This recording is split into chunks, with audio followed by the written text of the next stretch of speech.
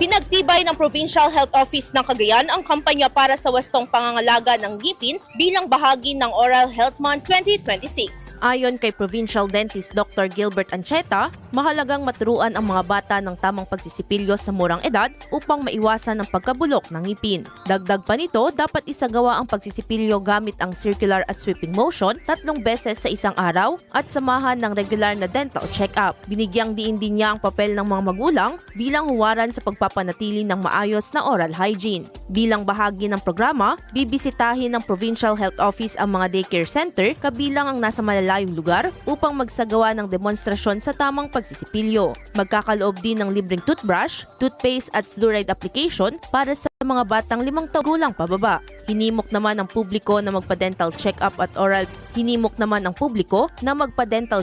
at oral prophylaxis 2 beses sa isang taon upang mapanatili ang malusog ng ngipin at gilagid.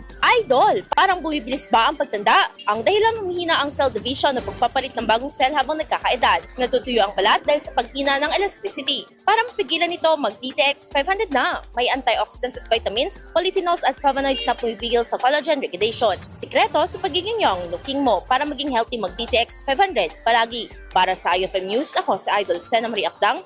Idol! IFM News.